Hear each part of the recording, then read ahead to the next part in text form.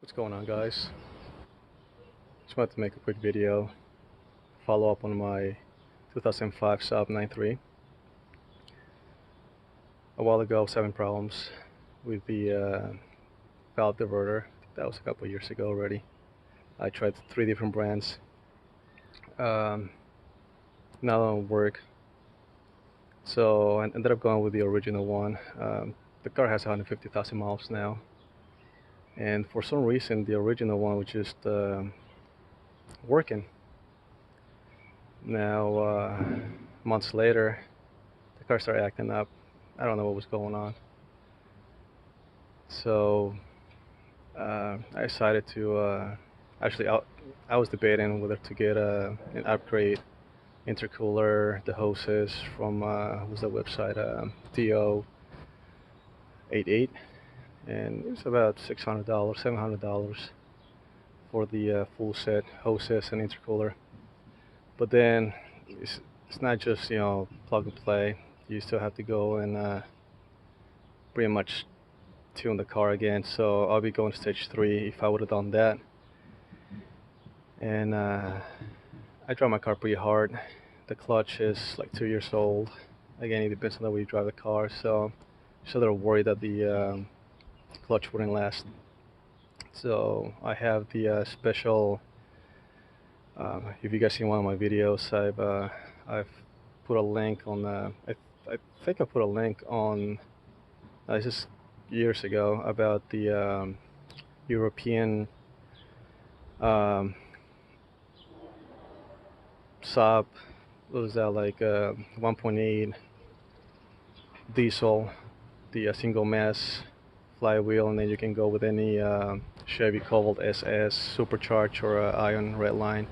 So that's what I end up doing. That as a matter of fact, I was one of the last ones to receive a single mass flywheel back then. So anyway, if I go stage 3, that's gonna be my concern. Going off the story.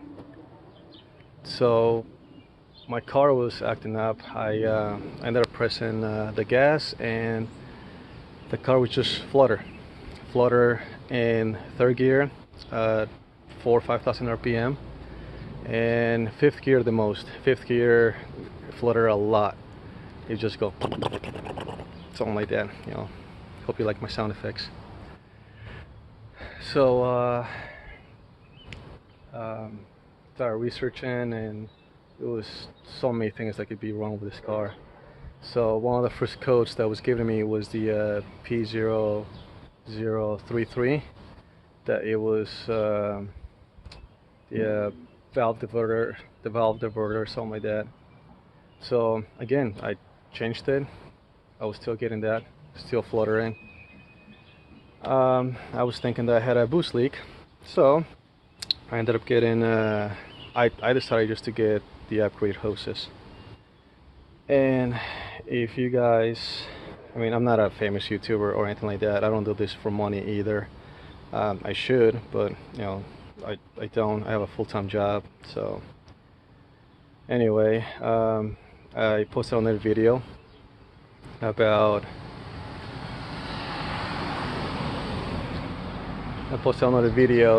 sorry guys, posted another video about how I found out that my intercooler was messed up.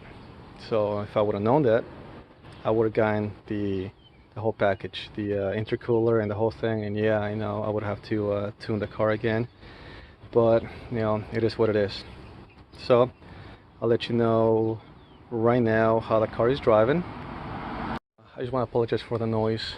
They're doing construction work right in the back of the house.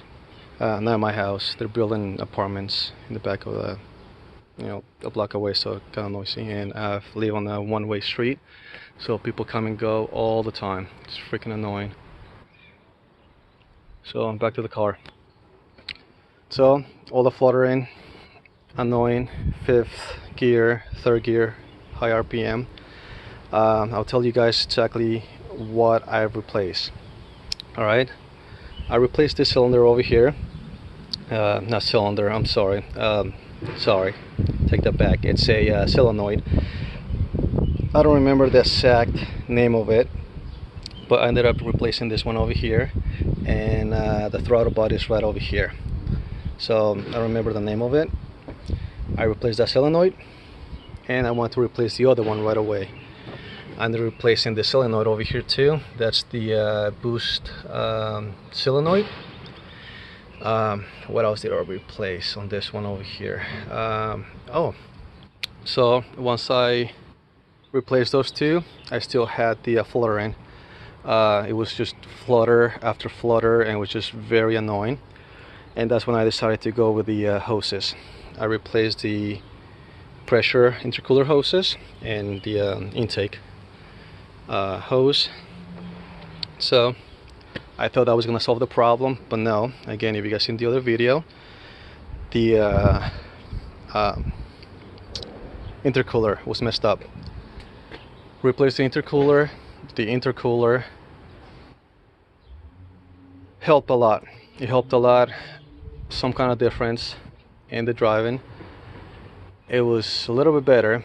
Not as much fluttering, but still flutter. Still freaking annoying. At this point, I don't know if you guys seen some of my videos. You guys noticed that I just tell you guys that I don't have patience. So I usually tell my brother to help me out, and thank you to my brother. His name is Oscar, and he's a really good mechanic. He always bails me out. So he helped me out. He helped me install the hoses, especially the one that connects by the turbo. He got down over there, he replaced everything. I changed the intercooler, and still the fluttering. I'm like, okay. So I'm thinking, you know what, maybe it's just time for me to get another car. And I really dig my car. I mean, I was just kind of sad that I was gonna be getting rid of my car, but you know, it's getting older, 155,000 miles, and you know, I just think just getting another car until I just decided, you know what, it's been like 20,000 miles since I did a tune-up. Let me change the spark plugs and, you know, just do an oil change. I did the oil change a while ago, and I told my brother, listen, can you give me some spark plugs? And as I'm texting him all this stuff, I'm driving the well, I was texting him, and then I was driving. I was not texting and driving. Let's make that clear. So I decided to go to Lowe's, and at that point at Lowe's, I was going to Lowe's, and I pressed on the gas, and the check engine light started flashing like every 2 seconds, but it was flashing. It flashed like 6-7 times. I've never seen that before. So I'm like, okay. I went to Lowe's, and he told me that it was misfire cylinder 2. So I'm like, okay. So I went, and I for some reason I knew that it was gonna happen.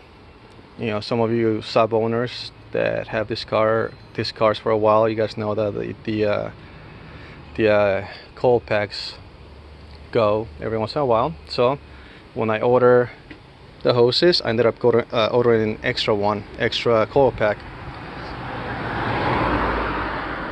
I ordered a coil pack, and I changed that, and that helped a lot, believe it or not. That helped a lot, but it started fluttering again. Not as much, but it was very noticeable. So I told my brother, you know what, give me all 3 packs. I want to have all brand new 4 coil packs. Again, we all know how expensive these are. I'm just lucky and thankful that my brother, he has connections and he managed to you know, give me the rest of them on a great price.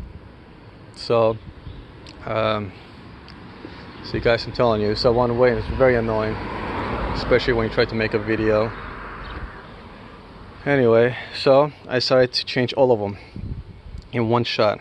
Expensive, but you know what, I do have another video saying why you should do it all in one shot. So that's what I did. I follow I follow what I preach. So change all of them. And let me tell you that with the hoses, new oil change, coil pack, intercooler. Again, this is stock intercooler. Coil packs and spark plugs. Let me tell you, day and night, it has power all the way from low RPM to high RPM. Now maybe I just got used to not having power for a year or so, but this baby pulls.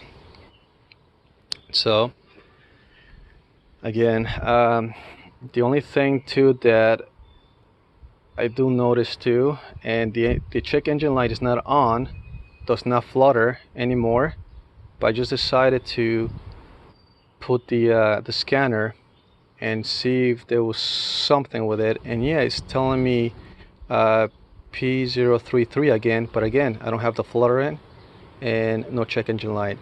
So I'm thinking that's it's the turbo wastegate.